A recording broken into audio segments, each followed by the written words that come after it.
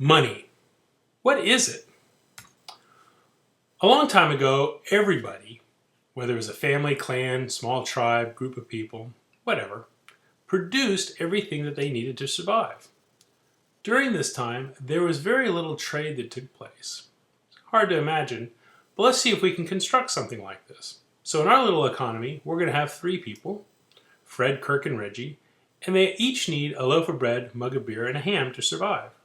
So in our little make-believe world, everybody produces what they need to live, and the total value of the economy is 3 loaves of bread, 3 beers, which is quite depressing, and 3 hams. So they go about their merry way, and at some point, one, or maybe all of them, decide that they would like to have more, which seems to be an innate human desire for more. So they put their heads together and they decide to specialize in production. Through specialization, they get some productivity, and now their output looks something like this. So what you can see is Fred is now producing 5 loaves of bread, Kirk 5 mugs of beer, and Reggie 5 hams.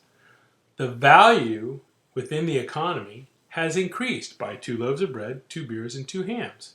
This is due to the productivity gain caused by specialization. So this is a good thing. The issue is now, in order for Reggie to get the bread and beer he needs, he's going to have to trade for it. He's going to have to exchange the value that he has created in creating hams, raising hogs, whatever, for the value that Fred and Kirk have created in baking bread or brewing beer. So what happens is they start to barter. Now barter is not bad, and as long as only a few goods are traded, and they're traded in whole units, bartering has been proven to be pretty efficient. So what you end up with is an economy where the transactions look something like this. Trading beer for bread, ham for beer, ham for bread, etc. It's very apparent that you are trading exchangeable value for somebody else's exchangeable value. The problem is, as an economy grows and more trading takes place among more and more commodities or goods, it becomes a little more cumbersome. What started off relatively straightforward quickly devolves into something incredibly complex. And in order to operate efficiently in a market like this, not only do you need to know the price of your commodity that you produce as compared to everything else, it's also pretty helpful to know all of the exchange rates between all the commodities. However, something like this becomes overwhelming. What's really needed is a single commodity that everybody can compare their produce, their product of industry to. We call this commodity money. So what money enables people to do is producers can now exchange what they create, as shown on the left, for money. In addition, when these producers have exchanged it for money, they can then take that money and exchange it in turn for goods that somebody else has produced. That's a very important concept to remember here. Producers in one part of a transaction are consumers when another good or service is consumed. Money facilitates those transactions. The value of the money in the market is only worth the products that you can trade for it. The money has no value by itself. Although I guess you could eat dollar bills, it probably wouldn't taste that good. So the advantages of money are pretty self-apparent. Now Reggie doesn't have to know all of the rates of exchange for all of the goods and all the combinations and permutations. He only needs to know how much his hams are worth in dollars, and he knows basically what the other things are worth in dollars also. This is especially helpful if bartering would have made one ham, let's say, worth 1.5 beers or 3/4 of a loaf of bread or something. It's very hard to take commodities and cut them in half and quarters, etc. Finally, money is a store of value.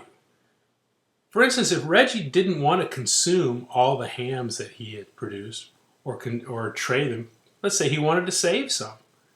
Saving in the form of ham risks going bad. Saving in terms of money, though, for the most part, does not go bad. So money has some distinct advantages.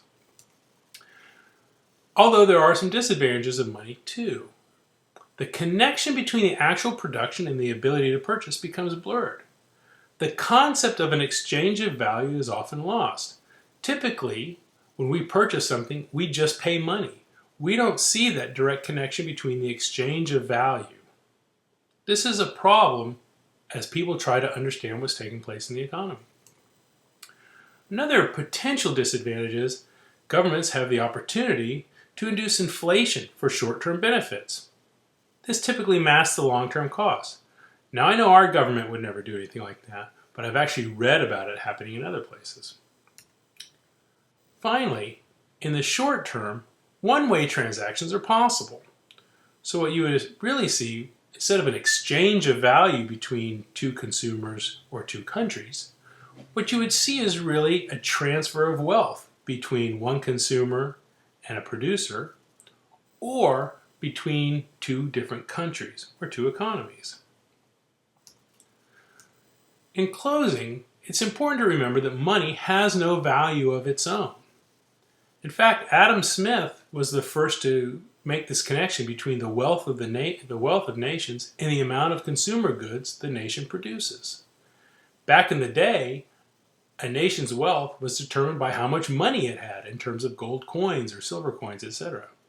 But money has no value of its own. Even if it's gold, you can only eat so much gold. Its value is based solely upon the goods within the economy it can be traded for. We used to measure a person's wealth by those commodities, heads of cattle, number of chickens, etc. Now we typically measure it in terms of money. Just like everything else, dollars, etc. are something more people can grasp, and it's easier to make that connection between how much money somebody has and how much wealth they have. Finally, money allows our government to pursue policies for short-term benefit, but with long-term hidden costs. We need to be mindful when the government does something, for instance, encourage inflation, that yes, there may be a short-term benefit, at least a perception of a short-term benefit, but there are some long-term hidden costs with that. In the event of inflation, people who are saving to invest in the growth of the economy are actually punished. I hope you enjoyed this presentation on money.